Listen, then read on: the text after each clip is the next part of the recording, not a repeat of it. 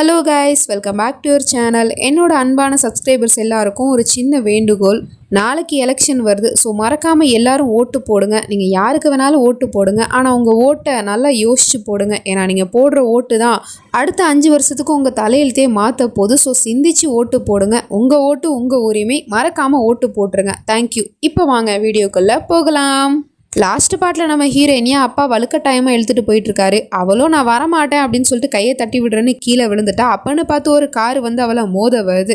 இதை பார்த்துட்டு பொண்ணு பேரை சொல்லி அப்பா கத்துறாரு. ஆனால் வந்த காரை அப்படியே ஸ்டாப் ஆகி நின்றுடுது. அதுலேருந்து நம்ம ஹீரோ தான் இறங்கி ஓடி வரான். அவங்கேருந்து ஓடி வந்து நம்ம ஹீரோயினி கிட்ட உனக்கு எதுவும் அடிப்படலையே, நீ நல்லா இருக்கீல அப்படிங்கிற மாதிரி சொல்லிட்டு கேட்டா, நீங்கள் எப்படி இங்கே வந்தீங்க அப்படிங்கிற மாதிரி கேட்டுட்டு இருக்கா. அப்பாவும் ஷாக்கிங்காக முழிச்சிட்டு இருக்காரு. இவன் எப்படி இங்கே வந்தான் அப்படின்னு சொல்லிட்டு. சரி, நல்ல நேரத்துக்கு இங்கே வந்துட்டீங்க, என்னை ஹாஸ்பிட்டல் கூட்டிகிட்டு போங்க ஓம்கார் அப்படிங்கிற மாதிரி சொல்லிட்டு அவங்க கூட போயிட்டு இருக்கா. இவரோ கத்துறாரு, மின்ட்டி போகாத அப்படின்னு சொல்லிட்டு.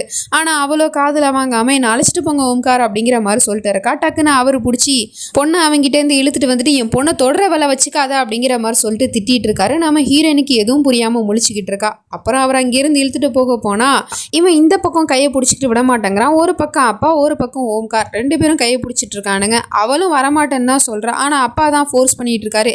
என் பொண்ணோட கையை விடுறா அப்படிங்கிற மாதிரி சொன்னா செத்தாலும் சாவனே தவிர மயிராவோட கையை விட மாட்டேன் அப்படின்னு சொல்லிட்டு இருக்கான். அது மட்டும் இல்லாமல் எனக்கு ஒரு வாய்ப்பு கொடுங்க அப்படின்னு சொல்லிட்டு கையெடுத்து கும்பிட்டு கேட்டுக்கிட்டு இருக்கான். ஆனால் அவரோ என்னடா ஒரு வாய்ப்பு கொடுக்க சொல்ற, நீ செஞ்சது ஒரு பாவம், பாவத்துக்கு வாய்ப்பு கொடுக்க சொல்றியா அப்படிங்கிற மாதிரி கேட்டுட்டு இருக்காரு. நம்ம ஹீரோயினிக்கு இதெல்லாம் கேட்கும் போது அவளுக்கு ஒரு மாதிரியா தலை சுத்திக்கிட்டு இருக்கு. பாவம்னு சொல்லிட்டு இருக்காரு அப்பா. இந்த பக்கம் இவன் வேற கையெடுத்து கும்பிடுறானே அப்படிங்கிற மாதிரி சொல்லிட்டு அப்புறம் மருமகனை அந்த பக்கமா இழுத்துட்டு போயிட்டு திட்டிக்கிட்டு இருக்காரு. எவ்வளவு தைரியம் இருந்தா என் பொண்ணை திரும்பவும் தேடி வந்திருப்ப அப்படிங்கிற மாதிரி சொல்லிட்டு அவனை திரும்ப எனக்கு ஒரு வாய்ப்பு கொடுங்க அப்படிங்கிற மாதிரி கேட்டுட்டு இருக்கா. ஆனால் அவர் அதை காதில் வாங்குற மாதிரியே தெரியல. திரும்ப திட்டிக்கிட்டே தான் இருக்கிறாரு. ஸோ இப்படி அவங்க 2 பேருக்குள்ள அங்கே வாக்குவாதம் போயிட்டு இருக்கு. அந்த நேரத்தில் நம்ம ஹீரோயினிக்கு பிளர்ரா நம்ம ஹீரோவை பற்றின விஷயம் ஞாபகம் வரும் இல்லையா? இப்போ அந்த முகம் யாருங்கிறது கிளியராகவே அவளுக்கு ஞாபகம் வருது.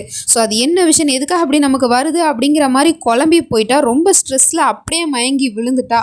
அடுத்த நிமிஷமே இவங்க 2 பேரும் பதறி அடிச்சுட்டு அங்கே ஓடி வந்து பார்க்குறாங்க. அவள் எழுந்திருக்கவே மாட்டேங்கிறா. இரா அவனுக்கு என்ன ஆச்சு அப்படிங்கிற மாதிரி இவன் ஒரு பக்கம் கத்திக்கிட்டு இருக்கான். அந்த பக்கம் அவரோ டாக்ஸியில் வந்தார் இல்லையா, அவனை கூப்பிட்டு கத்திக்கிட்டு இருக்காரு. ஆனால் அவனும் உள்ளே வந்து தூங்கிட்டு இருக்கான் போல. இவர் ரொம்ப நேரமாக கத்திக்கிட்டு இருக்காரு. அவன் எழுந்திருக்கவே மாட்டேங்கிறான். அதுக்குள்ளே நம்ம ஹீரோ அவளை தூக்கிட்டு காருக்குள்ளே போயிட்டு இருக்கான். ஸோ இதை பார்த்துட்டு இவருக்கு கோவமாக தாங்கலை. அங்கேருந்து ஓடி வந்து என் பொண்ணை விடுறா அப்படிங்கிற மாதிரி கத்திட்டு இருக்காரு. ஆனால் அவனும் ஆக்சிலேட்டரை அமுக்கிக்கிட்டு இருக்கான். இப்போ வரீங்களா இல்லையா அப்படிங்கிற மாதிரி சொல்லிட்டு உடனே இவருக்கும் வேற வழி இல்லாமல் அந்த காரில் ஏறி போயிட்டு இருக்காரு. அப்புறம் ஹாஸ்பிட்டலுக்குமே தூக்கிட்டு வந்தாச்சு. இன்னுமே பேச்சு மூச்சு இல்லாமல் தான் கிடக்குறா. இவனும் அப்பாவும் மாறி மாறி கண்ணை திறந்து பாரு மயிரா அப்படிங்கிற மாதிரி கத்திட்டு இருக்காங்க. அப்பங்க அந்த டாக்டரும் வந்துடுறான். அவன் வந்து என்னாச்சு மயிராக்கு அப்படின்னு கேட்டால் தெரியலப்பா, திடீர்னு மயங்கி விழுந்துட்டா அப்படிங்கிற மாதிரி சொல்லிட்டு இருக்காரு அப்பாவோ. உடனே இவன் கோவப்பட்டு கத்திக்கிட்டு இருக்கான். 2 பேருமே பிடிச்சி திட்டி விட்டுட்டு இருக்கான். என்னதான் அவங்க 2 பேருக்குமே பிரச்சனை? வாட்பா என்கிட்ட வந்து சொன்னா இந்த மாதிரி நீங்க மயிராவை ஃபோர்ஸ் பண்ணி இந்த ஹாஸ்பிட்டல் விட்டு இழுத்துட்டு போறதாக. அப்புறம் ஓம்கார் நீயும் அவங்க பின்னாடியே போயிருக்க, என்னதான் நடக்குது, உண்மை என்னன்னு சொல்லுங்க அப்படிங்கிற மாதிரி கேட்டா எல்லாத்தையும் நான் அப்புறமா சொல்றேன்ப்பா, ஃபர்ஸ்ட் என் பொண்ணை காப்பாத்து அப்படிங்கிற மாதிரி சொன்னதும் அதுக்கப்புறம் நம்ம ஹீரோயினி கூட்டிகிட்டு போயிட்டு உள்ளே ட்ரீட்மெண்ட் பண்ணிக்கிட்டு இருக்காங்க போல்.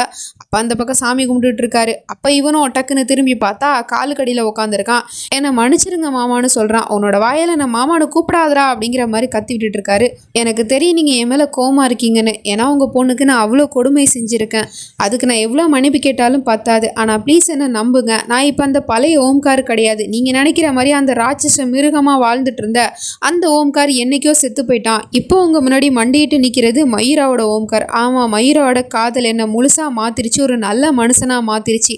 நான் திருந்திட்டேன். ப்ளீஸ் மாமா, மயிராவை என்கிட்ட இருந்து பிரிச்சிடாதீங்க அப்படிங்கிற மாதிரி சொல்லிட்டு அவன் எவ்வளவோ கெஞ்சி கேட்டு தன்னை புரிய வைக்க பார்த்துட்டு இருக்கான். ஆனால் இவர் புரிஞ்சுக்கிற மாதிரியே தெரியல. கிழக்கில் உதிக்கிற சூரியன் மேற்கு பக்கம் உதிக்குது அப்படின்னு சொன்னால் கூட நான் நம்புவேன். ஆனால் நீ திருந்திட்டேங்கிறத என்னால் நம்பவே முடியாது. அதுக்கு வாய்ப்பே இல்லை. நீ ஒரு மிருகம் தன்னோட குணத்தை என்றைக்கும் மாற்றிக்காது அப்படிங்கிற மாதிரி சொல்லிட்டு அவர் கோவப்பட்டுட்டு இருக்காரு. இல்லை மாமா, நான் நிஜமாவே மாறிட்டேன். ப்ளீஸ் என்னை நம்புங்க. எனக்கு ஒரே ஒரு வாய்ப்பு கொடுங்க. அவளை என்கிட்ட இருந்து பிரிச்சிடாதீங்க மாமா அப்படிங்கிற மாதிரி சொல்லிட்டு எவ்வளவோ இவனும் கெஞ்சி பார்த்தாலும் அவர் மனசு இறங்குற மாதிரி தெரியவே இல்லை. அதுக்கப்புறம் நான் மயிராவை பார்க்க போகிறேன். உங்களுக்கு நான் மாமான்னு கூப்பிடுறது பிடிக்கலன்னா நான் உங்களை சார்னே கூப்பிடுறேன். வாங்க போய் மயிரா மயூராவை பார்க்கலாம் அப்படிங்கிற மாதிரி சொல்லிட்டு கூப்பிட்டுட்டு போயிட்டு இருக்கான். இந்த பக்கம் மயூராக்கு ட்ரீட்மெண்ட் நடந்துகிட்டு இருக்கு. ரொம்பவே சீரியஸான கண்டிஷன்ல இருக்கா போல. ஹார்ட் பீட் வேற ரொம்ப ஸ்லோவா துடிக்குது அப்படிங்கிற மாதிரி சொல்லிட்டு இருக்காங்க. அதுக்கப்புறம் இவன் தான் ஏதோ இன்ஜெக்ஷன்லாம் போட்டுக்கிட்டு இருக்கான். ரொம்பவே பரபரப்பா இருக்கு. இவங்க 2 பேரும் இங்கே வேடிக்கை பார்த்துக்கிட்டு இருக்காங்க வெளியில் நின்று. அப்போ பாட்டி அம்மா விஷயம் தெரிஞ்சு வந்துட்டாங்க. மயூராக்கு என்ன ஆச்சு ஏதாச்சு அப்படிங்கிற மாதிரி கேட்டுட்டு இருக்காங்க. அப்போ எதிர்த்தாப்புல இவன் நிற்கிறத பார்த்துட்டு பயங்கர ஷாக் ஆகுறாங்க. அவங்க கிட்டேயுமே இவன் மன்னிப்பு கேட்டுட்டு இருக்கான். நான் இந்த மாதிரி மாறிட்டேன், நான் திருந்திட்டேன், இப்போ நான் பழைய ஓம்கார் இல்லை அப்படிங்கிற மாதிரி சொல்லிட்டு சொன்னா போது நிறுத்துறா உன் ட்ராமாவா அப்படிங்கிற மாதிரி சொல்லிட்டு நீ என்னதான் நடிச்சு எங்க எல்லாரும் ஏமாத்தணும்னு நினைச்சாலும் நான் உன்னோட நடிப்பை நம்ப போறது கிடையாது. நீ என்னைக்குமே என்னை பொறுத்த வரைக்கும் ஒரு ராட்சசன் தான். அப்புறம் நீ என்னோட மயூராவை நெருங்க பாக்குறல்ல, அவன் மட்டும் கண்ணு முழிக்கிட்டோம் அவளை நான் இந்த ஊரை விட்டே கூட்டிட்டு போயிடுவேன், உன்னை விட்டு தூரமா அவளை நான் பிரிச்சு கூட்டிட்டு போயிடுவேன் அப்படிங்கிற மாதிரி சொல்லிட்டு இருக்காரு. இந்த பக்கம் நம்ம மயூரா கண்ணு முழிச்சிட்டா போல. அவகிட்ட இவனும் தலையை தடவி கொடுத்துட்டு ரிலாக்ஸ், உனக்கு எதுவும் ஆகலை, நான் உன் கூட தான் இருக்கேன் அப்படிங்கிற மாதிரி சொல்லிட்டு அப்புறம் கேட்குறான் என்னாச்சு உனக்கு, எப்படி நீ மயங்கி விழுந்த அப்படின்னு கேட்டால் அவளும் நடந்த விஷயத்தெல்லாம் சொல்லிட்டு இருக்கா. இந்த மாதிரி அப்பா வலுக்கட்டாயமாக தன்னை இழுத்துட்டு போனது, அதுக்கப்புறம் ஓம்கார் வந்து காப்பாற்றினது, அப்புறம் ஓம்கார் கிட்ட அப்பா சண்டை போட்டார், எதுக்காக அப்படி சண்டை போட்டாருன்னு தெரியல, அப்புறம் நான் அப்படியே அந்த ஸ்ட்ரெஸ் தாங்க முடியாமல் மயங்கி விழுந்துட்டேன் அப்படிங்கிற மாதிரி சொல்லிட்டு இருக்கா. இவனுக்கு ஒரு விஷயம் புரியல, உன் அப்பாவுக்கு எப்படி ஓம்காரை தெரியும், எப்படி தெரிஞ்ச மாதிரி அவங்க 2 பேரும் சண்டை போட்டுக்கிட்டாங்க அப்படிங்கிற மாதிரி கேட்டா அதான் அவங்க 2 பேருக்கும் ஒருத்தர் தெரியாது, அப்புறம் எதுக்காக அப்பா அவர் மேலே அவ்வளோ கோவப்பட்டாரு அப்படிங்கிற மாதிரி யோசிச்சுட்டு இருக்கா. அப்படியே அவளுக்கு ஸ்ட்ரெஸ் ஆகுது போல. ரிலாக்ஸ், நீ ஒன்றும் இதை பற்றி யோசிக்காத, ரிலாக்ஸ் ஆயிரு, ரெஸ்டடு அப்படிங்கிற மாதிரி சொல்லிட்டு அவன் இங்கேருந்து வெளியே வரான். எல்லாருமே கேட்குறாங்க இப்போ மயூரா நல்லா இருக்காளா அப்படிங்கிற மாதிரி சொல்லிட்டு.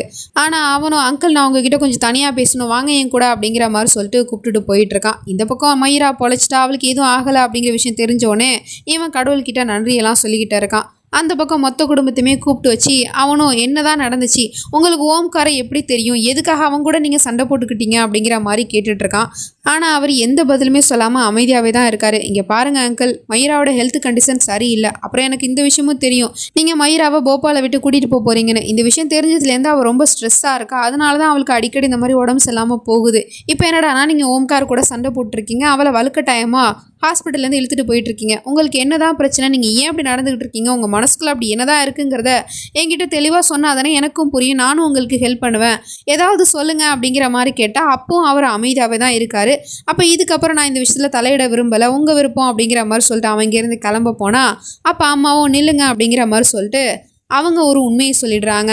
இந்த மாதிரி ஓம்கார் தான் மயூராவோட புருஷன் அப்படிங்கிற உண்மை. இதை கேட்ட உடனே அவனுக்கு பயங்கர ஷாக்காக இருக்குது. அப்படியே அங்கே சீனை கட் பண்ணால் இந்த பக்கம் நம்ம மயூராவால் நிம்மதியாக அந்த பெட்டில் படுத்துருக்க முடியல. அவளுக்கு திரும்ப திரும்ப அதே யோசனை தான் வருது. அப்போ எதுக்காக தன்னை வலுக்கட்டாயமாக இந்த ஊரை விட்டு அழைச்சிட்டு போக பார்க்கணும், அப்புறம் ஓம்கார்கிட்ட எதுக்கு சண்டை போட்டார், இதுக்கு எல்லாத்துக்கும் எனக்கு பதில் தெரியணும்னா அப்பா கிட்டே தான் போய் கேட்கணும் அப்படின்னு சொல்லிட்டு எழுந்திருக்கிறா. பார்த்தா எதிர்த்தாப்புல அவள் யாரை பார்த்தா அப்படிங்கிறத நமக்கு காட்டலை. அப்படியே அங்கே சீனை கட் பண்ணிவிட்டு இந்த பக்கம் காமிக்கிறாங்க. இவனுக்கு மொத்த உண்மையெல்லாம் தெரிஞ்சு போச்சு இல்லையா, அவனுக்கு அதை கேட்டு பயங்கரமாக ஷாக் ஆகுது.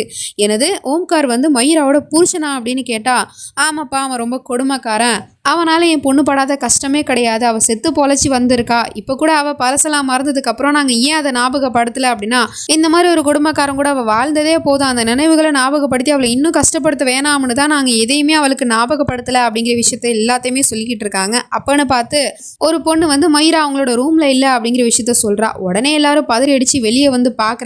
அங்கே அவளை காணோம் போல. அங்கே இருக்கிற எல்லாருக்கிட்டையுமே கேட்டால் இந்த மாதிரி அந்த பொண்ணு ஓம்காருங்கிற பேஷண்ட் கூட தான் போனாங்க அப்படிங்கிற விஷயத்த சொல்லிடுறாங்க. ஸோ இதை கேட்டால் அவங்களுக்கு இன்னும் பயம் வருது. எனது ஓம்கார் கூடவா அப்படிங்கிற மாதிரி சொல்லிட்டு எஸ் நம்ம ஹீரோயினியை ஓம்கார் தான் அழைச்சிட்டு போயிட்டு இருக்கான் கையை பிடிச்சி. இதுக்கப்புறம் என்ன நடக்க போகுது அப்படிங்கிறதுலாம் நம்ம நெக்ஸ்ட் பார்ட்டில் தான் பார்த்து தெரிஞ்சுக்கணும். அது வரைக்கும் பை ஃப்ரெண்ட்ஸ்.